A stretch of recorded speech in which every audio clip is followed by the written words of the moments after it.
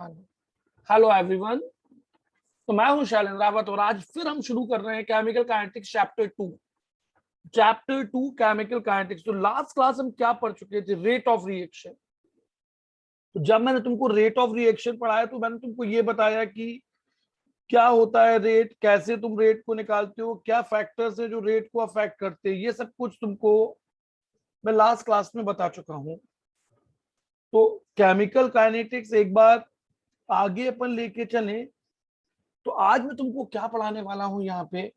तो हेडिंग दिख रही है ऑर्डर और मॉलिक्यूलरिटी, एक टर्म है और इसी पे बेस्ड क्वेश्चन और उसको सॉल्व करने वाले हैं।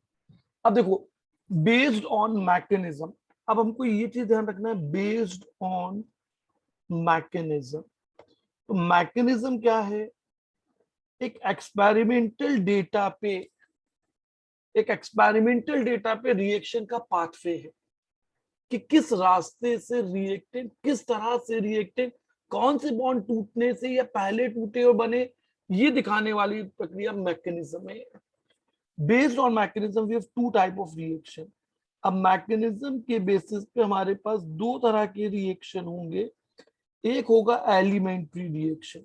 जब तुम मैकेनिज्म की बात करोगे तो मैकेनिज्म के बेसिस पे यहाँ पे दो तरह के रिएक्शन है। एक है एलिमेंट्री रिएक्शन, देखो नाम दिख रहा है एलिमेंट्री रिएक्शन, और दूसरा है तुम्हारा कॉम्प्लेक्स और कॉम्प्लिकेटेड रिएक्शन। तो सिर्फ दो, पूरी रिएक्शन जितने भी रिएक्शन यहां से लिए गए ये दो तरह के हैं। एक है एलिमेंट्री और दूसरा है कॉम्प्लेक्स रिएक्शन। सपोज अगर मैं तुमसे यहां पूछूं कि एक बंदा भोपाल से इंदौर जाता है, भोपाल से इंदौर का डिस्टेंस है 185 kilometre. This approximate distance of Indore from Bhopal, जहां से हमने शुरू किया बैरागढ़ से इंदौर में, जहां पर हम एंटर हुए।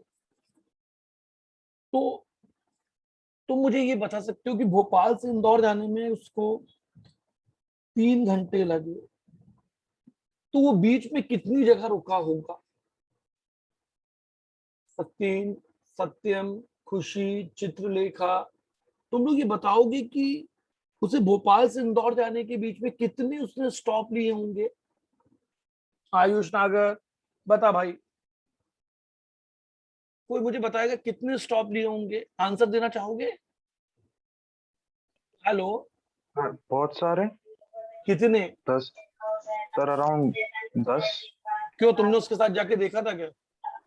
9 सर, इसके लिए बता रहा नहीं तो हूँ, क्यों बता कभी रहे नहीं हो गया अपने ना। मन? नहीं तो तुम अपने मन से तुक्का कैसे मार सकते हो सकता है वो यस एक सर। जगह रुका हो सकता है वो 50 जगह रुका, हो सकता है वो 2 जगह रुका, हो सकता है वो कहीं भी ना रुका हो। तो ये तुम नहीं बता, जब तक तुम यहाँ नहीं जाओगे तब तक तुम ये नहीं बता पाओगे कि वो आदमी भोपाल से इंदौर जाने के लिए 185 किलोमीटर डिस्टेंस कितने टाइम में गया होगा।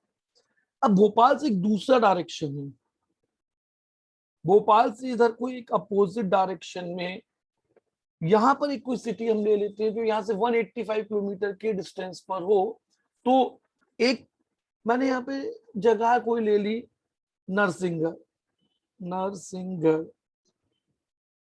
वो भी 185 किलोमीटर है।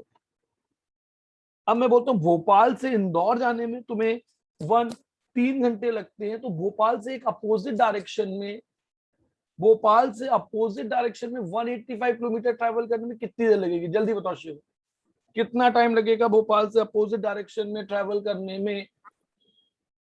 बताओ, 3 आवर्स। कैसे बता सकती हो आप? सर बट नहीं बता सकते क्योंकि नहीं, डिपेंड करता है कि रोड या कुछ। बिल्कुल बिल्कुल सही बात, ये तुमने सब बिल्कुल समझदारी की बात की। कोई नहीं बता सकता कितनी देर लगेगी। डिस्टेंस सेम है, रोड अलग हो सकती है, उस दिन का मौसम अलग हो सकता है कि एक तरफ जाते हो तुम, हो सकता है ढलान पे, एक तरफ जाते हो तुमको चढ़ाई चढ़ के जानी है, एक तरफ की रोड बहुत अच्छी है, दूसरी तरफ की रोड बहुत खराब हो सकती है। हो सकता है भोपाल से इंदौर वो जब गया हो तो गर्मी का मौसम हो, बिल्कुल आसमान खुला है, सब कुछ है, और जब वो जब नरसिंहगढ़ की तरफ जा रहे हो उस दिन बहुत बारिश हो रही है, तूफान आ रहा है।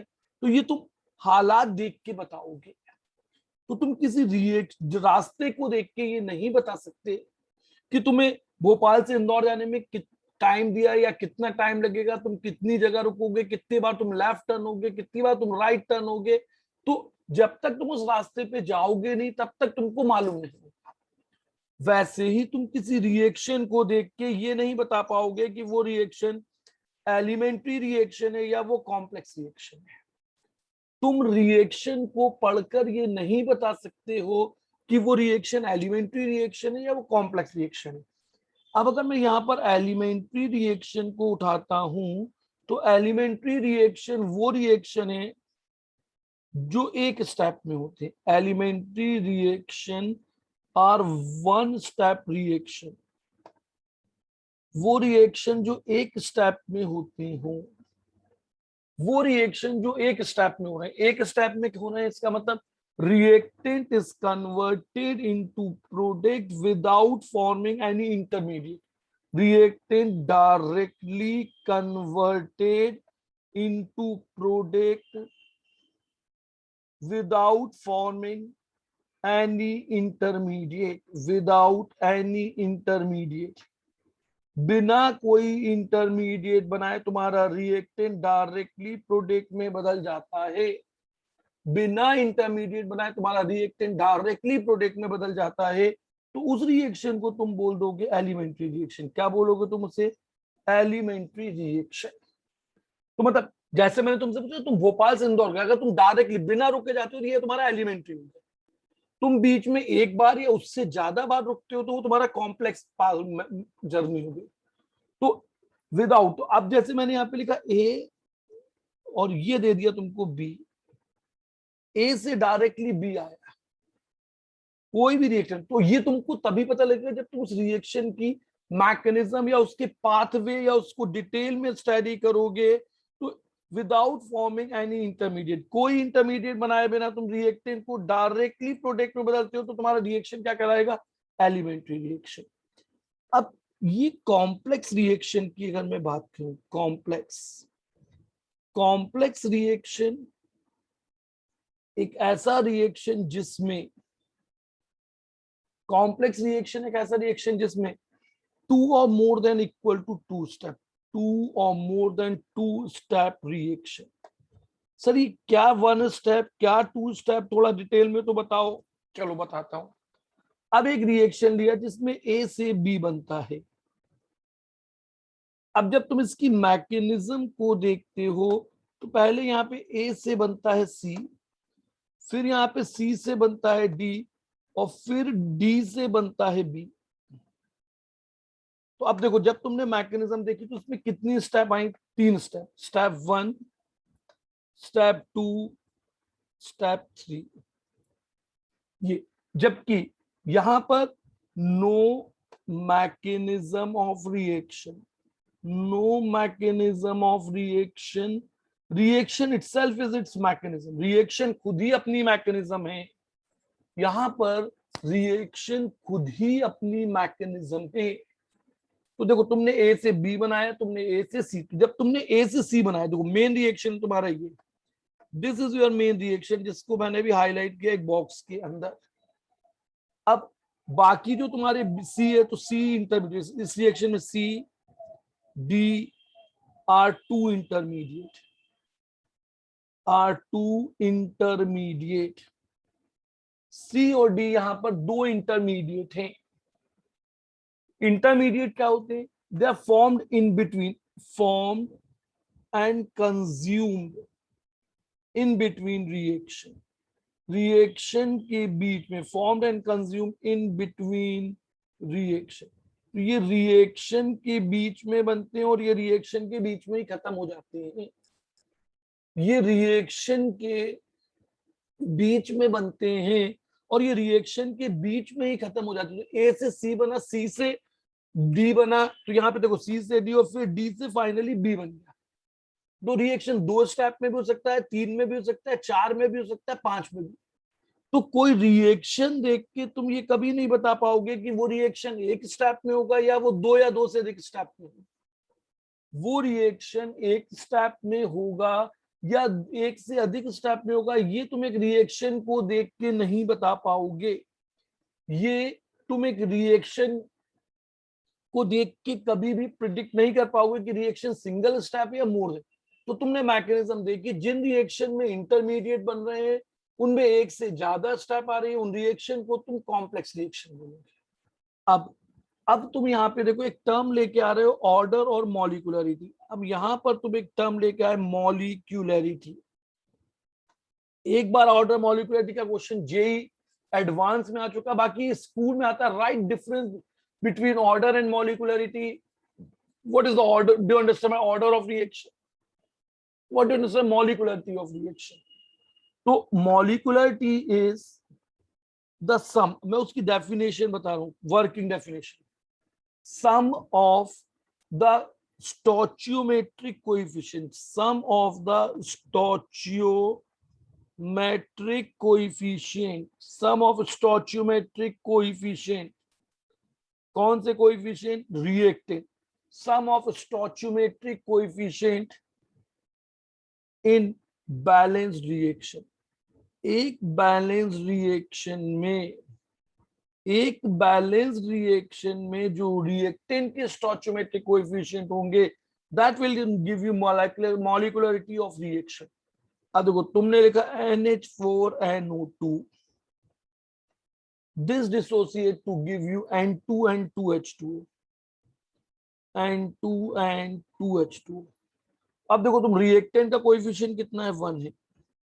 रिएक्टेंट का कोएफिशिएंट कितना है? 1 है। तो अमोनियम नाइट्राइड को टूटने पे नाइट्रोजन और वाटर बनता है। So this reaction is a unimolecular reaction. What is the molecularity of this reaction? अब एक ही रिएक्टेंट है और उसका कोएफिशिएंट भी 1 है, तो क्या जिस रिएक्शन में एक ही रिएक्टेंट और कोएफिशिएंट 1 है? नहीं। अब अगर देखो तुम ये रिएक्शन देखो कि एसिटिक एसिड CH3COO एस्टर ले लो, ethyl acetate reacts with NaOH. Ethyl acetate reacts with NaOH will give you acetate ion and sodium acetate and water. अब इसमें 2 रिएक्टेंट और अभी दोनों का कोएफिशिएंट 1 है, तो मॉलिक्यूलरिटी ऑफ रिएक्शन होगी 1 + 1 = 2। What will be the molecularity of reaction? तो molecularity of reaction हो गई है 2। तो ये रिएक्शन कहलाएगा। देखो अगर मॉलिक्यूलरिटी 1 है तो तुम बोलोगे यूनिमॉलिक्यूलर, तब तुम इससे बोलते हो यूनिमॉलिक्यूलर, और 2 है तो तुम बोलते हो बाईमॉलिक्यूलर। बाई मतलब 2, बाईमॉलिक्यूलर रिएक्शन, बाईमॉलिक्यूलर रिएक्शन। जब मॉलिक्यूलरिटी 2 है तो बाईमॉलिक्यूलर रिएक्शन। अब अगर तुमने एक रिएक्शन उठाया जिसमें तुमको 2NO2 + O2, 2NO + O2 will give you 2NO2। अब देखो what is the molecularity of this reaction? अब इस रिएक्शन की मॉलिक्यूलरिटी है 1 + 2 = 3। What is the molecularity of this reaction? तो अब इस रिएक्शन की मॉलिक्यूलरिटी है 3, तो ये कहलाएगा तुम्हारा टर्मोलिक्यूलर रिएक्शन।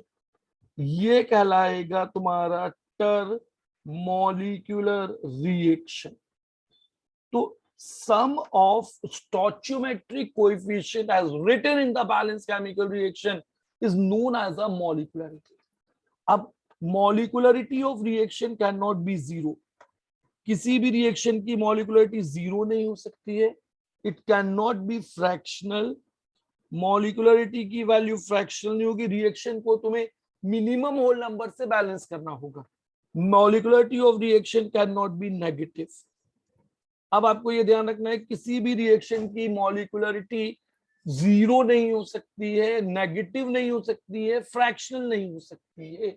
किसी भी रिएक्शन की मॉलिक्यूलरिटी नेगेटिव नहीं हो सकती, फ्रैक्शनल नहीं हो सकती है, 0 नहीं हो सकती, क्योंकि 0 इसलिए नहीं, कम से कम एक मॉलिक्यूल तो रिएक्ट करना आएगा। तो actually molecularity is representing the number of molecule involving in the formation of a product in the rate determining step of reaction। एक रिएक्शन की रेट डिटरमाइनिंग स्टेप में जितने रिएक्टेंट के मॉलिक्यूल पार्टिसिपेट कर रहे हैं उनकी संख्या को तुम बोलोगे मॉलिक्यूलरिटी ऑफ रिएक्शन, उनके नंबर को तुम बोलोगे मॉलिक्यूलरिटी ऑफ रिएक्शन। अब मैंने यहाँ पे तुम्हें बोला दो तरह के रिएक्शन है, एलिमेंट्री रिएक्शन, एलिमेंट्री रिएक्शन। अब मैंने यहाँ पे तुमको बोला कि यहाँ दो तरह के रिएक्शन है, एलिमेंट्री रिएक्शन और कॉम्प्लेक्स। एलिमेंट्री रिएक्शन मॉलिक्यूलरिटी होगी, elementary reaction there will be a molecularity of reaction. Complex reaction, अब देखो कॉम्प्लेक्स रिएक्शन क्या है, तो complex reaction no molecularity of reaction, no molecularity of reaction. Complex reaction में reaction की molecularity का कोई फिजिकल सिग्निफिकेंस नहीं है। In complex reaction is made up of, complex reaction is made up of large number of, जितनी भी steps है वो सब अपने आप में एलिमेंट्री है। तो in complex reaction individual step there will be molecularity of, there will be molecularity of individual step। अब इंडिविजुअल स्टेप की मॉलिक्यूलरिटी हो सकती है, पर पूरे रिएक्शन की मॉलिक्यूलरिटी नहीं निकालोगे, पूरे रिएक्शन की कोई मॉलिक्यूलरिटी नहीं निकालोगे, इंडिविजुअल स्टेप की तुम मॉलिक्यूलरिटी को निकाल सकते हो। अब यहां पर तुम्हें ध्यान रखना, reaction with molecularity greater than, reaction with molecularity of reaction greater than equal to 3 are very rare. अब मैं तो बताया मॉलिक्यूलरिटी उन मॉलिक्यूल की संख्या है जो आपस में टकरा के प्रोडक्ट बनाते हैं। तो ऐसे मॉलिक्यूल की संख्या, ऐसे टकराने वाले, एक साथ टकराने वाले मॉलिक्यूल जो फ्रूटफुल कोलिजन या प्रोडक्ट को बनाते हो, उनमें 3 या 3 से अधिक एक साथ अलग अलग मॉलिक्यूल टकराए, इसकी प्रोबेबिलिटी कम है, इसलिए मॉलिक्यूलरिटी 3 से ज्यादा नहीं होगी। इसलिए मॉलिक्यूलरिटी की वैल्यू जो है वो 3 से ज्यादा नहीं हो सकती है, इसलिए molecularity of reaction can not be 3। अब ऑर्डर, अब एक और नई टर्म यहाँ पे लेके आ रहे हैं, ऑर्डर ऑफ रिएक्शन। तो order of reaction is always calculated from experiment, ये ऑलवेज calculated from experiment। तो मतलब अगर मैं तुमसे किसी दो पॉइंट के बीच की दूरी देके बोलूं कितने टाइम में जाओगे, तो तुम नहीं बता सकती हो। वैसे तुम किसी रिएक्शन को देख के उसका ऑर्डर नहीं बता सकती हो। Order of reaction is always calculated from experiment, that is from mechanism of reaction. Order हमेशा जो है वो मैकेनिज्म ऑफ रिएक्शन से निकाला जाता है। मैकेनिज्म जो है वो हमेशा एक्सपेरिमेंट से निकाली जाती है, तो मतलब मैकेनिज्म से ऑर्डर निकालते हैं, मैकेनिज्म से ऑर्डर निकालते हैं। अब हर रिएक्शन के लिए, हर रिएक्शन के लिए एक एक्सप्रेशन आता है जिसे तुम बोलते हो रेट लॉ एक्सप्रेशन।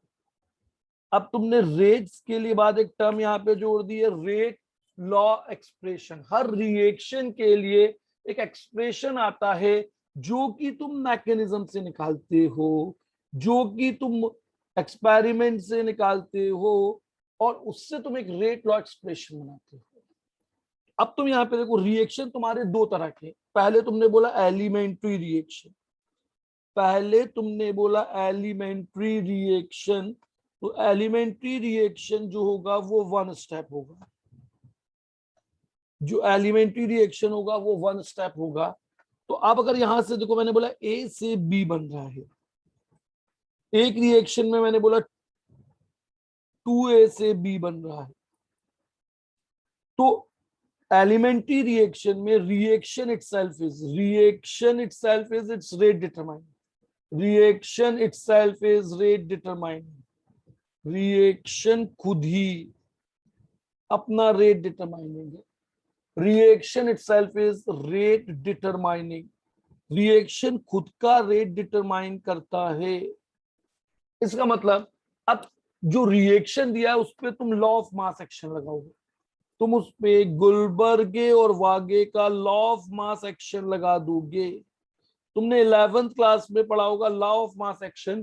तो इस केस में reaction is directly proportional to, rate is directly proportional to concentration and power 1।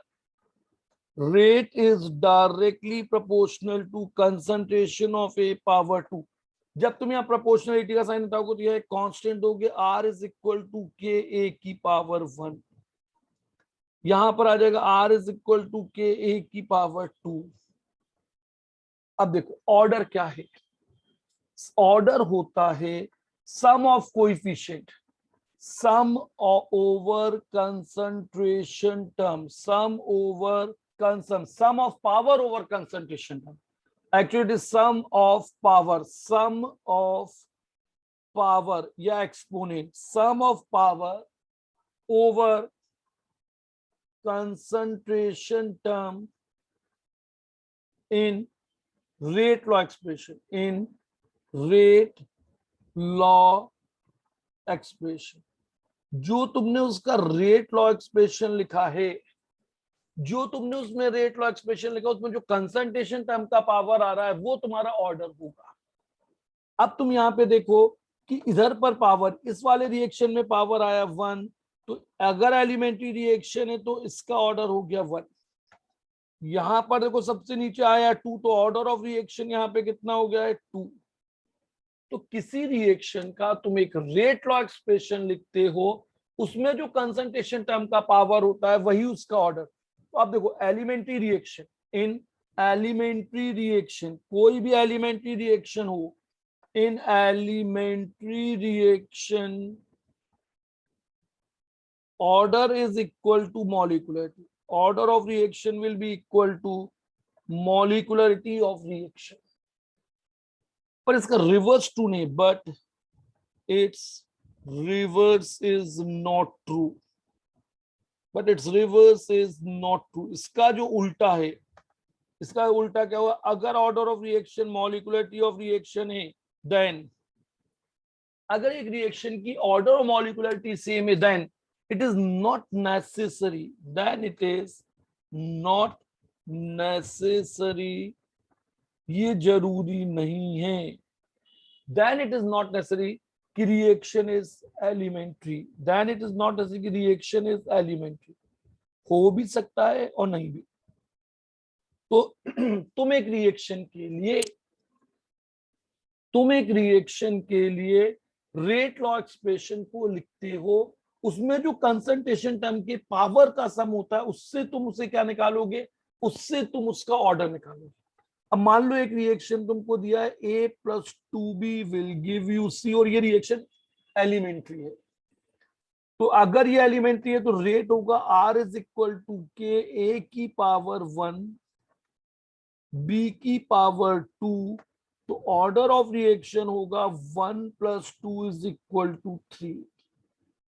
Some of power over concentration term, sum of power over concentration term in the rate law expression is giving you the order of reaction. तुम एक reaction, तो ये rate law तुम देख के नहीं, this rate law is based on experiment, this rate law is based on experiment, this rate law is based on experiment. तो तुम उस रिएक्शन के एक्सपेरिमेंटल इंफॉर्मेशन पे एक रेट लॉ लिखते हो, लॉ ऑफ मास एक्शन लगा के, उसमें कंसंट्रेशन टर्म का जो पावर आता है, उसमें जो कंसंट्रेशन टर्म का पावर आता है, that will give you order of reaction. अब तुमने लिखा यहाँ पे कॉम्प्लेक्स रिएक्शन, कौन सा रिएक्शन लिखा है यहाँ पे, कॉम्प्लेक्स रिएक्शन। तो तुम कॉम्प्लेक्स रिएक्शन समझते हो 2 or more than 2 step, 2 or more than 2 step, वो रिएक्शन जो 2 या 2 से अधिक स्टेप में हो। मान लो तुमने रिएक्शन को लिखा A + B will give you C। अब कॉम्प्लेक्स रिएक्शन की मैकेनिज्म अगर हमको नहीं दी तो हम ऑर्डर नहीं बता पाएंगे। इसमें दिया है कि पहले A से बनता है D, फिर D और B मिलके बनाते हैं E, और फिर ये E जो है ये बदलता है C में।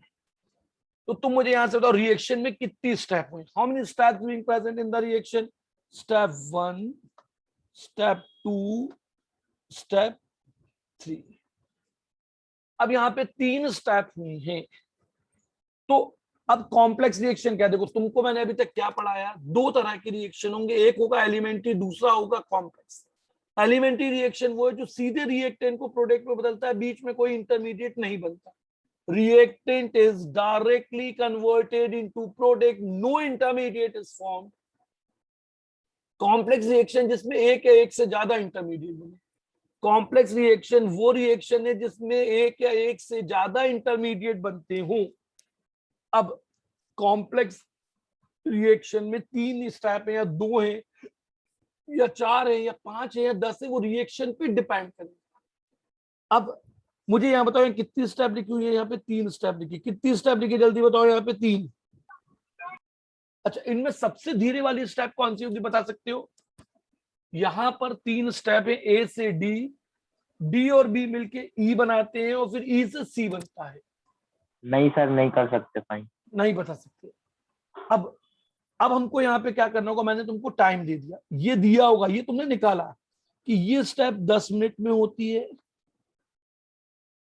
ये स्टेप 3 मिनट में होती है, ये स्टेप 8 मिनट में होती है।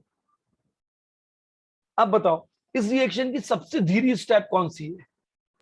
Sir first. अब देखो, first this being a slow step, ये इसकी कौन सी स्टेप है? Slowest step. कौन सी स्टेप है ये? तो मैं आगे से किसी जगह पे अगर ऐसे लिखूंगा आज के बाद वाली क्लास में, तो वो इसकी स्लोएस्ट स्टेप होगी। तो वो इसकी ये इसकी कौन सी स्टेप होगी? Slowest step. कौन सी स्टेप ऑफ रिएक्शन बन जाएगी ये? That being a slowest step of reaction. अगर एक रिएक्शन 2 या 2 से अधिक स्टेप में, या तो वो लिख देगा ये फास्ट है ये स्लो है, या स्लोएस्ट, या उनका टाइम लिख देगा, या वो उनके लिए टाइम लिख देगा। तो अब जो स्टेप सबसे धीरे हुई उस पे then apply law of mass action, law of mass action on slowest step of reaction. अब जब तुमने स्लोएस्ट स्टेप पे लगाया तो इसमें आएगा R is directly proportional to A। Proportionality का साइन हटा के एक कांस्टेंट लगाया के, A की वैल्यू आ गई 1। अब तुमको ये ध्यान रखना है, ये जो स्टेप है ये कहलाएगा तुम्हारा rate law expression. Therefore rate law expression is, अब तुम्हारा रेट लॉ एक्सप्रेशन हो गया R is directly proportional to A। What is your rate law expression? R is directly proportional to A। इस रेट लॉ एक्सप्रेशन में reactant हो सकता है, product हो सकता है, कैटलिस्ट हो सकता है, पर इंटरमीडिएट नहीं होगा। आएगा तो उसको हमको मैथमेटिकली हटाना होगा। जब तुम अगर दूसरी स्टेप स्लोएस्ट होती तो डी आ जाता, डी तुम्हारा इसमें कैसा इंटरमीडिएट है। तो रेट लॉ एक्सप्रेशन में रिएक्टेंट आ सकते हैं, प्रोडक्ट आ सकते हैं, कैटलिस्ट आ सकता है, सॉल्वेंट पर इंटरमीडिएट, क्योंकि इंटरमीडिएट आएगा तो उसको मैथमेटिकली हमें रिएक्टेंट के टर्म्स में लिखना होगा स्टेडी स्टेट अप्रोक्सीमेशन को लगाने के बाद। अब देखो, what is the power of concentration term? What is the power of concentration term? 1। तो ऑर्डर ऑफ रिएक्शन कितना हो गया? 1। अच्छा, what is the molecularity of reaction? अब देखो, मॉलिक्युलरिटी ऑफ रिएक्शन कितनी हो गई है तुम्हारी? 1 + 1। What is order? अब बताओ what is order of reaction? What is order of reaction? अब ऑर्डर ऑफ रिएक्शन क्या है? The order of reaction is sum of power over concentration term in the rate law expression. Order of reaction is sum of power over, ये लिखा देखो, sum of power over concentration term in the rate law expression. Rate law expression में जो concentration term का power का सम आएगा, concentration term के power का जो सम आएगा वो कहलाएगा ऑर्डर। अच्छा, अब एक रिएक्शन दिया है A + 2B will give you E। अब इसकी मैकेनिज्म दी है A + B will give you C, C + B will give you D, हाँ D will give you E। बोलो भाई, बोलो। सर ये ऑर्डर और मॉलिक्यूलर रेट सेम होगा ना? 1 1? नहीं ना, इसमें ऑर्डर कितना आ रहा है? ऊपर वाले रिएक्शन में 1, और मॉलिक्युलरिटी वैसे तो कॉम्प्लेक्स रिएक्शन में नहीं होगी, पर अगर तुम निकालोगे A के आगे 1 लिखा है, B के आगे 1 लिखा है, तो मॉलिक्युलरिटी ऑफ रिएक्शन कितनी हो जाएगी? 1 + 1 से कितनी होगी सत्य? 2। तो अगर ऑर्डर मॉलिक्युलरिटी अलग अलग है तो वो तो कॉम्प्लेक्स है। ऑर्डर मॉलिक्युलरिटी सेम है तो वो एलिमेंट्री भी हो सकता है और कॉम्प्लेक्स भी हो सकता है। एलिमेंट्री रिएक्शन अगर होगा तो ऑर्डर और मॉलिक्युलरिटी सेम होगा। अब तुम यहां देखो कि इस रिएक्शन में तुमने ये बोला स्लो स्टेप, ये कौन सी स्टेप है तुम्हारी? स्लोएस्ट। ये वाली स्टेप फास्ट होगी, ये वाली स्टेप भी फास्ट होगी इसके कंपैरिजन में। तो तुम्हारा रेट हो जाएगा के ए की पावर 1 बी की पावर 1, तो ऑर्डर ऑफ रिएक्शन हो जाएगा 1 + 1 = 2 और मॉलिक्युलरिटी ऑफ रिएक्शन होगी 1 + 2 = 3। तो कॉम्प्लेक्स रिएक्शन की में मॉलिक्युलरिटी से हमें कोई समझ में नहीं आता, पर ऑर्डर से हम समझ जाते हैं। अब तुम बताओ ऑर्डर क्या होता है? What is order of reaction? जल्दी बताओ what is order of reaction? क्या होता है ऑर्डर ऑफ रिएक्शन? बोलो। Sir sum Sum of of power of power over concentration. concentration term in rate law expression. Rate law expression कहां से आएगा? Mechanism से। मैकेनिज्म कहां से आएगी? एक्सपेरिमेंट से। मतलब हम किसी भी रिएक्शन को देख के उसका रेट लॉ, उसकी ऑर्डर नहीं बता सकते, मॉलिक्युलरिटी बता सकते हैं। मॉलिक्युलरिटी हमेशा किससे निकलती है? जो रिएक्शन दिया है उससे। देखो अगर ये रिएक्शन दिया है तो इससे तुम मॉलिक्युलरिटी निकाल लोगे, पर मैकेनिज्म तो तुम हमेशा कहां से निकालोगे? This mechanism is experimentally calculated. This mechanism is experimentally calculated. ये मैकेनिज्म तुम एक्सपेरिमेंटली निकालते हो, ये मैकेनिज्म को तुम एक्सपेरिमेंटली निकालते हो। तो ऑर्डर ऑफ रिएक्शन और मॉलिक्युलरिटी। अब देखो order of reaction can be negative, zero, fractional, positive, whole number. एक रिएक्शन के लिए ऑर्डर कुछ भी हो सकता है, negative, positive, fractional, whole number. एक रिएक्शन के लिए ऑर्डर कुछ भी हो सकता है, नेगेटिव, पॉजिटिव या होल नंबर या फ्रैक्शनल या जीरो। मॉलिक्युलरिटी, अब तुमको यहीं पे ध्यान रखना, मॉलिक्युलरिटी ऑफ रिएक्शन का is always whole number and cannot be zero. मॉलिक्युलरिटी reaction से निकाली जाती है, ऑर्डर रेट लॉ से निकाला जाता है। मॉलिक्युलरिटी रिएक्शन से निकाली जाती है, ऑर्डर जो है वो रेट लॉ से निकाला जाएगा। Molecularity is calculated from balanced chemical reaction. Order is calculated from the mechanism या pathway of reaction. Order is calculated from the mechanism और pathway of reaction. उस reaction के रास्ते को देख के, उस reaction के रास्ते को देख के तुम mechanism को बताओगे। तो you can predict the mechanism of reaction from experimental data. Experiment, तुमको एक्सपेरिमेंट करना होगा। अब एक और चीज देखो, order of reaction changes, order of reaction changes with experimental condition. Order of reaction changes with experimental condition. मैंने तुमको बोला मुझे भोपाल से इंदौर जाने में 3 घंटे लगते हैं, ये तो आज एक बार लगे। हो सकता है बहुत बारिश हो रही है, हो सकता है बहुत गर्मी पड़ रही है, हो सकता है कभी तूफान आ रहा है, तो मुझे 3 घंटे से ज्यादा भी लग सकते हैं।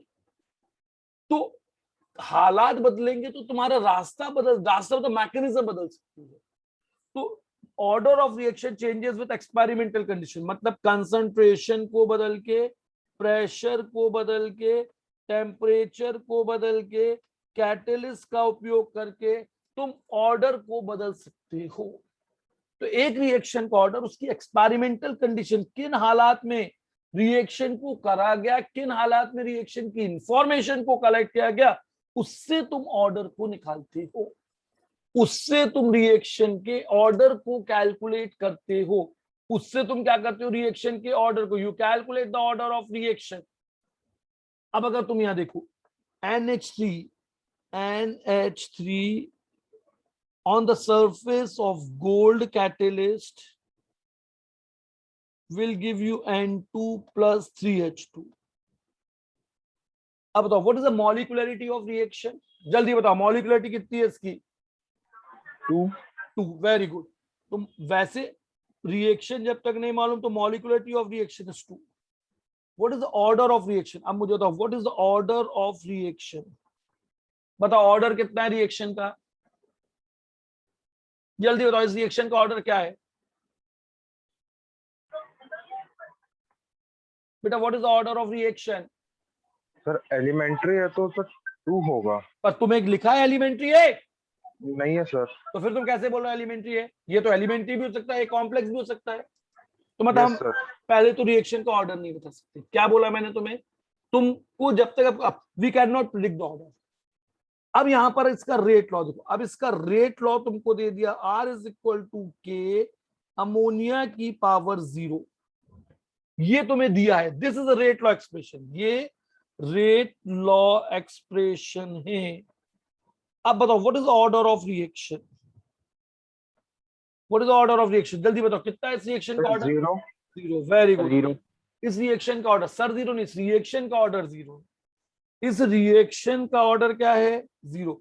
अब देखो, अगर मैंने एक रिएक्शन लिया, एसिटाल्डिहाइड टूटता है CH3CHO और ये मीथेन बनाता है और साथ में कार्बन मोनोऑक्साइड, मीथेन और कार्बन मोनोऑक्साइड। अब इसकी मॉलिक्युलरिटी बताओ। पहली बात, अगर रिएक्शन एलिमेंट्री है तो मॉलिक्युलरिटी होगी, कॉम्प्लेक्स रिएक्शन है मॉलिक्युलरिटी का कोई मतलब नहीं है। अब इसका रेट लॉ है, अब देखो इसका रेट लॉ है, क्या होगा इसका रेट लॉ? बताओ मुझे, what will be the rate law of reaction? भैया बताओ क्या होगा रेट लॉ? क्या सर होगा? R equals to K R equal to K CH3CHO bracket हाँ, और सब पावर 1। ये हम कैसे बता सकते हैं? हमें तो अभी यही नहीं मालूम कि रिएक्शन नहीं पता एलिमेंट्री है सर। कॉम्प्लेक्स है। हाँ we sir. don't know whether reaction is elementary और कॉम्प्लेक्स, ये तो हमको नहीं मालूम है, तो हम इसका रेट लॉ नहीं लिख सकते। अब आपको दे दिया गया, मान लो गिवन, अब आपको ये एक्सपेरिमेंट करके एक साइंटिस्ट ने दिया, आपने एक्सपेरिमेंट उनने करा, एसिटाल्डिहाइड की कंसंट्रेशन का पावर 3/2, क्या है इसका पावर? 3/2। अब बताओ what will be the order of reaction? अब इस रिएक्शन का ऑर्डर 3/2। ये 3/2 कहां से आया? तो ये एक्सपेरिमेंट से आया होगा। हम ये कभी नहीं बता पाएंगे कि ये पावर कहां से आया। हमको, हमारे पास ये पावर नहीं है, हमारे पास ये अधिकार नहीं है। तो देखो, मैंने तुमको पहले एक चीज बोली, जब मैंने ऑर्डर शुरू किया था तो मैंने तुमको बोला था कि एलिमेंट्री रिएक्शन, कॉम्प्लेक्स रिएक्शन। अब देखो, order is always calculated from experiment.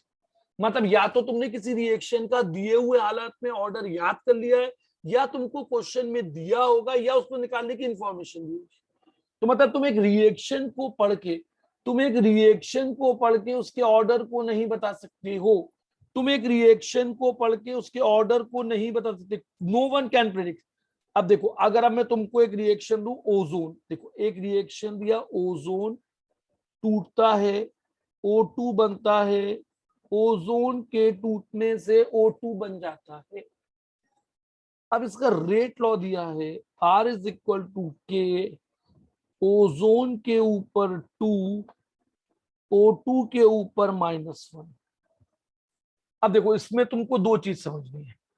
Order with respect to ozone, पहले तुम बोल रहे हो order with respect to ozone, with respect to ozone, order with respect to oxygen, और यहां तुम बोल रहे हो ऑर्डर ऑफ रिएक्शन। जब एक रेट लॉ एक्सप्रेशन दिया होगा तो उससे मुझे तीन चीजें पता लगेंगी, हर एक रिएक्टेंट के रिस्पेक्ट में ऑर्डर और रिएक्शन का ऑर्डर। अब मुझे बताओ ओजोन का पावर क्या है? What is the power of ozone? 2। तो ओजोन के रिस्पेक्ट में ऑर्डर कितना हो गया तुम्हारा? 2। 2 ऑक्सीजन के रिस्पेक्ट में ऑर्डर कितना हो गया? -1। -1। अब देखो इसमें, जबकि ऑक्सीजन यहाँ पे प्रोटेक्ट है, रेट लॉ निकाले तो रेट लॉ हमेशा एक्सपेरिमेंटल डेटा पे मैथमेटिक्स को अप्लाई करके निकाला गया है। अब ऑर्डर ऑफ रिएक्शन कितना होगा? 2 + -1 विल बी इक्वल टू 1। 1 अब देखो मॉलिक्युलरिटी, वैसे तो इस रिएक्शन की कोई मॉलिक्युलरिटी नहीं होगी, पर मॉलिक्युलरिटी अगर ऐसे कोई पूछे तो दो, रिएक्टेंट का कोएफिशिएंट, रिएक्टेंट का coefficient will give you the molecularity of reaction. Sum of coefficient of reactant in a balanced chemical reaction is molecularity. Order, rate law. Order हमेशा कहां से निकालेंगे? ऑर्डर आप हमेशा कहां से निकालोगे? Rate law expression. Elementary reaction में रिएक्शन के ऊपर direct law of mass action लगा के तुम निकाल सकते हो, पर कॉम्प्लेक्स रिएक्शन में उसकी स्लो स्टेप पे। अब देखो किसी रिएक्शन का ऑर्डर और मॉलिक्युलरिटी अलग अलग है। अब तुमको यहां से एक चीज ध्यान रखना है, order of reaction and molecularity of reaction different,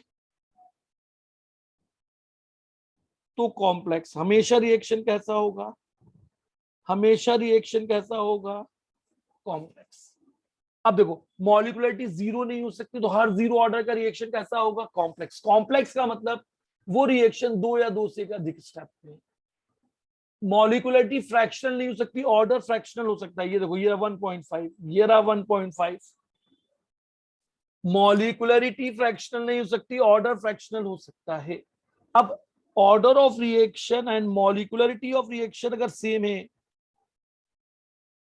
तो may or may not be, may or may not be elementary, may or may not be elementary.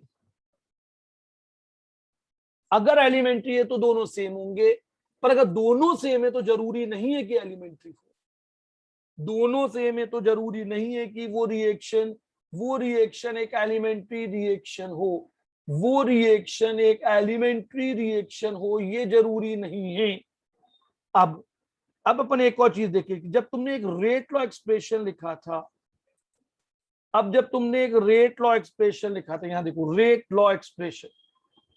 अब एक रिएक्शन लिया जिसमें A B B will give you product. अब इसका rate law है, rate law है जो कि तुमने एक्सपेरिमेंट से निकाला है, और निकालने पर तुमको दिया है ए की पावर एक्स और बी की पावर वाई। अब तुम यहां पे समझो, what is the molecularity of reaction, what is order of reaction? बताओ मुझे, what is the molecularity of reaction? बताओ बेटा। Molecularity A plus B. छोटा ए प्लस छोटा बी। ये हमेशा होल नंबर होगी, ये कभी भी जीरो नहीं होगी, ये कभी भी नेगेटिव नहीं होगी, ये कभी भी फ्रैक्शनल नहीं होगी।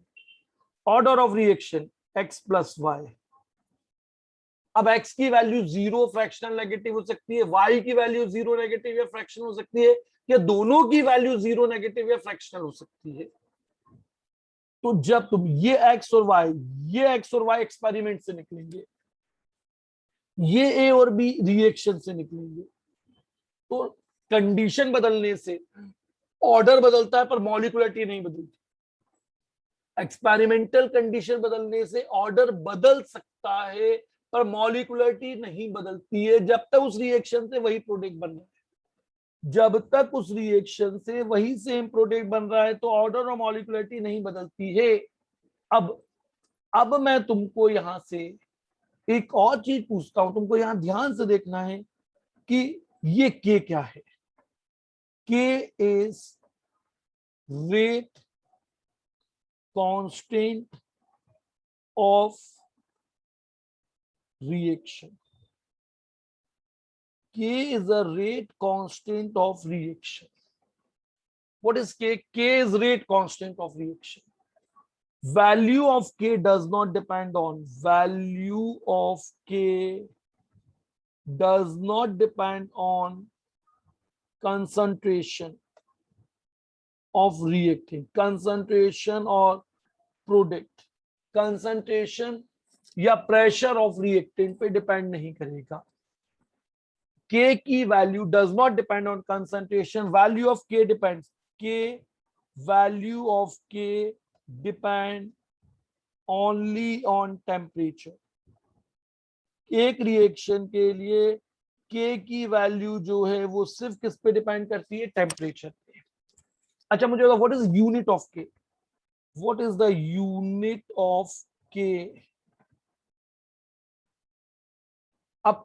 तुमको मैं निकालना सिखाता हूं, ध्यान से देखो कि यूनिट ऑफ के कैसे निकालोगे। How will calculate the unit of के, कैसे तुम यूनिट ऑफ के को निकालने वाले हो, कैसे तुम यूनिट ऑफ के को निकालोगे nth ऑर्डर के लिए। देखो यही सब कुछ है। अब बहुत ध्यान से देखो, जब यूनिट ऑफ के निकालना है तुमको, तो तुम्हें यहाँ पे थोड़ा सा ध्यान देना होगा रिएक्शन में। अब तुमने यहाँ एक रिएक्शन लिखा ए से बी, और इस रिएक्शन का ऑर्डर nth ऑर्डर रिएक्शन। कौन से ऑर्डर का रिएक्शन तुमने मान लिया यहाँ पे? n कुछ भी हो सकता है, जीरो, नेगेटिव, फ्रैक्शनल, फ्रैक्शनल, सब। तो रेट क्या होगा इसका? R इज इक्वल टू के, ए के ऊपर पावर n, यही होगा। तो k होगा के, अब देखो k क्या होगा? R अपॉन a की power n। What is k? अब देखो R का यूनिट क्या होगा? R का यूनिट क्या होगा? Mole per litre per unit time. थोड़ी देर के लिए मैंने मान लिया सेकंड। ए का यूनिट क्या होगा? Mole per litre raise to the power n। तो अब यूनिट ऑफ के हो गया mole 1 minus n, litre n minus 1 second inverse. Mole 1 minus n, litre n minus 1 second inverse. Mole 1 minus n litre. अब या तुम इसे molarity inverse, इसको तुम ऐसा भी लिख सकते हो, molarity, molarity second inverse upon molarity raise to the power n। तो ये चीज कंबाइन होकर आई तुम्हारी, और molarity 1 minus n second inverse. ये और ये एक ही चीज है, ये दोनों चीजें सेम है। दोनों नीचे जो एनसर्कल की है ये सेम है। तो मोलारिटी, मोलारिटी और ये। अच्छा अब मुझे बताओ, what is the unit of के for zero order reaction? Unit of K, अब तुम लोग जल्दी जल्दी बताओगे, ऊपर का फॉर्म देखो, यूनिट ऑफ के फॉर जीरो ऑर्डर रिएक्शन। बताओ कितना होगा? What is the unit of के फॉर जीरो ऑर्डर रिएक्शन? बहुत इंपॉर्टेंट है, देख के बताओ बोर्ड पे। व्हाट इज द यूनिट ऑफ के फॉर जीरो ऑर्डर रिएक्शन? सर मोल पर लीटर पर सेकेंड। अबे अकल के दुश्मन, n को जीरो कर दे, n को जीरो कर दो तो आ गया मोल पर लीटर पर सेकेंड, यही बनेगा यस सर। First order. अब फर्स्ट ऑर्डर रिएक्शन के लिए क्या बनेगा? के n को 1, मोल 0, litre 0, second inverse. Minus 1 order के लिए, माइनस फर्स्ट ऑर्डर रिएक्शन के लिए के मोल 2, litre -2, second inverse. Second order reaction के लिए बताओ मुझे कि अब n की वैल्यू रखो यहाँ 2, लीटर पर मोल पर सेकेंड, लीटर पर मोल पर सेकेंड, लीटर पर मोल पर second, minus plus 1/2 order, 1/2 order. तो के की वैल्यू हमारे लिए बहुत इंपॉर्टेंट है, इससे हम ऑर्डर पता लगा सकते हैं।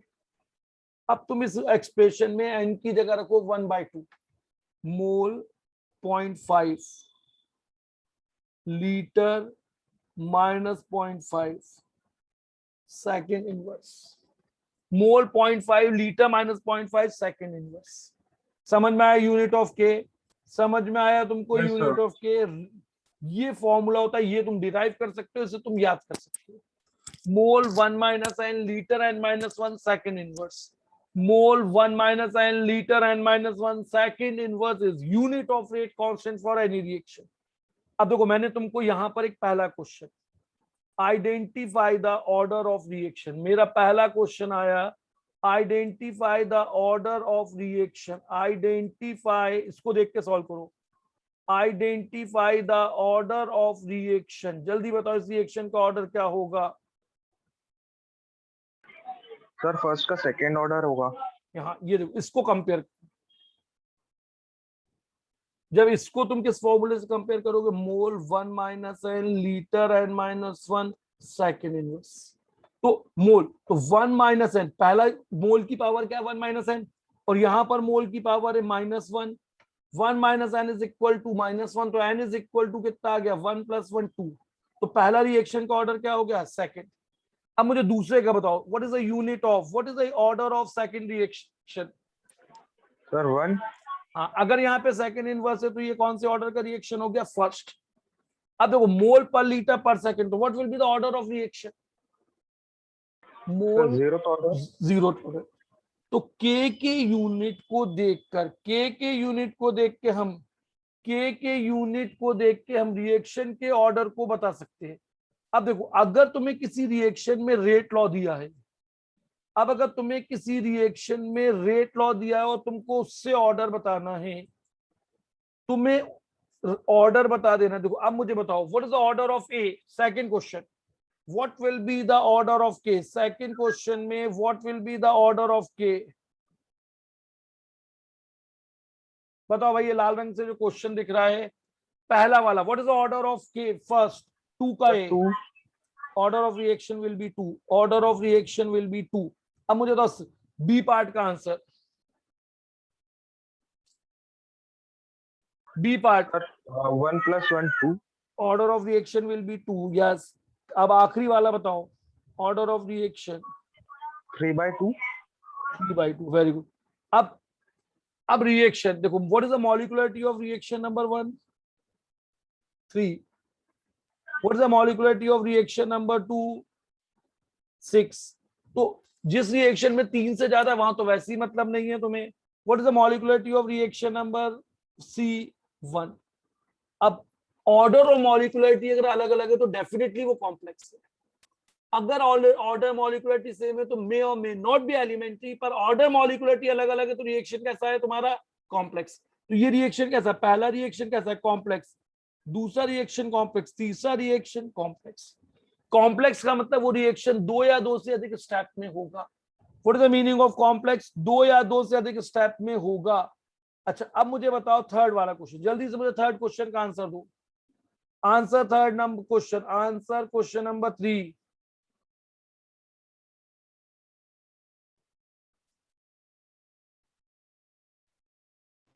सर ऑर्डर है 3/2। Very good. Order, calculate the unit of rate of reaction, rate constant order. तो ऑर्डर ऑफ रिएक्शन हो गया 3/2।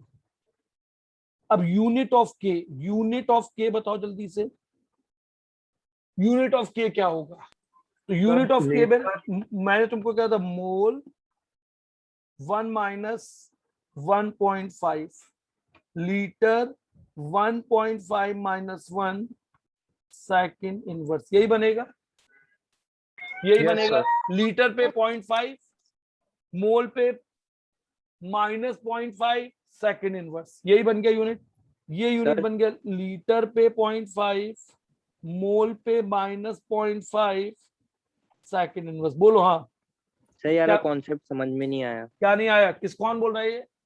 सर सत्येंद्र। तो आप सो जाते हैं सत्येंद्र सोलंकी जी, देखिए तो सही, मैंने आपको थोड़ी देर पहले बोला कि ये वाले से कंपेयर करो। सर ये यूनिट ऑफ के ये फाइंड करना नहीं समझ में आया तो मुझे। यही तो बोला कि यूनिट ऑफ के का एक ये फॉर्मूला होता है बेटा, जो निकाला है ऊपर, मोल -1 minus 1 litre n minus 1 second inverse, ये सिखाया था तुमको। हाँ ये सर। इससे कंपेयर करोगे ना, जिस भी इक्वेशन को निकालोगे उसको सितारे वाले इक्वेशन से कंपेयर करोगे।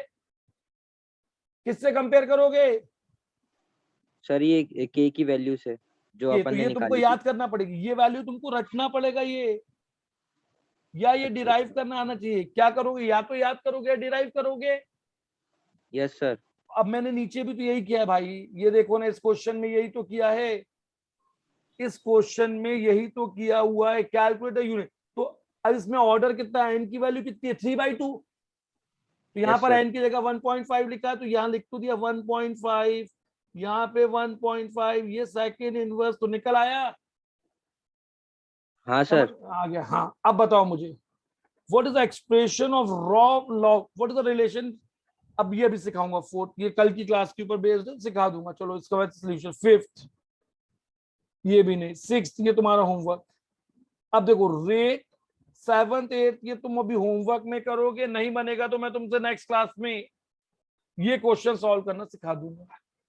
यहाँ पर 18 क्वेश्चन है, ये पीडीएफ तुमको अपनी बैच की फाइल में जाके ऐप में देख लेनी है। लेक्चर अगर रिवाइज करना है तो मैं ये यूट्यूब पे शेयर कर दूंगा। अगर तुम ये क्वेश्चन सॉल्व नहीं करते हो तो मैं तुमको सिखा नहीं पाऊंगा। अगर तुम ये क्वेश्चन को सॉल्व नहीं करते हो तो मैं तुमको नहीं सिखा पाऊंगा। नेक्स्ट क्लास में मैं इन्हीं क्वेश्चन को लेके आगे बढ़ूंगा। नेक्स्ट क्लास में इन्हीं क्वेश्चन को लेके, अब जैसे लास्ट क्लास का minus sign, rate of appearance, rate of disappearance, इन सारी इंफॉर्मेशन को लेके आगे बढ़ूंगा। तो ये चीज तुमको क्लियर है बेटा? Yes sir. Yes sir. बस तो आज की क्लास इतनी है, क्योंकि अब तुम जब तक ये क्वेश्चन सॉल्व नहीं करोगे तब तक हमारा आगे बढ़ने का फायदा नहीं। तुम्हारे डाउट्स आएंगे, उनको नेक्स्ट क्लास में डिस्कस करेंगे, फिर हम वहां से आगे। नेक्स्ट क्लास मेरी 2 घंटे की होगी, बहुत बड़ी क्लास होगी। नेक्स्ट जीरो ऑर्डर रिएक्शन पढ़ाऊंगा, एक ही क्लास में पूरा जीरो ऑर्डर। तो इसके डाउट्स और तुम्हें जीरो ऑर्डर रिएक्शन पढ़ाना शुरू करूंगा। तब तक तुम ये सॉल्व करके रख लो। अगर तुम क्वेश्चन सॉल्व नहीं करोगे मैं तुमको केमिस्ट्री नहीं सिखा पाऊंगा। जो भी पढ़ाया है उसके साथ इन क्वेश्चंस को सॉल्व करना बहुत जरूरी है। टाइम लगेगा। देखो तुम्हारे पास, अब मैंने भी कितने क्वेश्चन सॉल्व कर दिए, 1 2 3, चौथा भी बन जाएगा। What is the expression of law of mass action for forward reaction? यही तो dx by dt, यही तो तुम्हारा लॉ ऑफ मास एक्शन बन गया। What is the relation between disappearance of B and that of? Disappearance of B क्या होता है? माइनस db अपॉन, अब देखो मैं दूसरा पार्ट सॉल्व करूंगा। मैंने ये लास्ट क्लास में तुमको सिखाया था। देखो ये लास्ट क्लास में सिखाया था, यहां देखो तो dA upon dt minus dA upon dt क्या होता है? Rate of disappearance of B. A dB upon dt minus dB upon dt क्या होता है? Disappearance of B.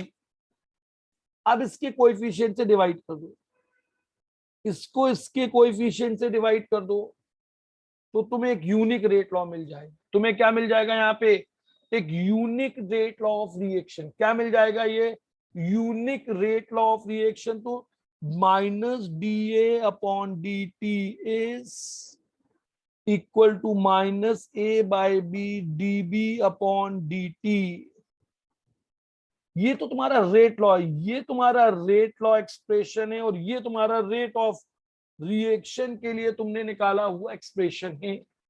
अब तुम यहाँ पे देख लो, A की वैल्यू 2 है, B की वैल्यू 1/2, 0.5 मतलब 1/2। A की वैल्यू 2, B की वैल्यू 0.5। तो इससे तुम सॉल्व करके A और B का रेशियो यहाँ लगा सकते हो। तो क्लियर है तुमको ये सारे पॉइंट्स? किसी को कोई डाउट है? Yes sir. किसी को कोई डाउट है? सत्यम भैया कोई डाउट है? No sir. पक्का? तू बीच बीच में हाँ, भूल सर। जाता है। पूरा ध्यान क्लास में लगा के सुनना है। अगली क्लास बड़ी होगी तो तुम अपने घर में पहले खाना वाना खा के बैठना, लंबी क्लास के लिए तैयार रहना, क्योंकि पहले डाउट और फिर एक बड़ी इंटरेस्टिंग क्लास जीरो। अब इस चैप्टर की सारी क्लासेस बहुत इंटरेस्टिंग है, उनमें मैथ्स इन्वॉल्व होगा, ग्राफ बनेंगे, उन्हीं से इंटरप्रिटेशन होगा इक्वेशन से। क्लास को यहीं पे रोक रहा हूं, अपना ध्यान रखिएगा और होमवर्क करके आइएगा नेक्स्ट क्लास में। Good night. Thank you sir. Right sir.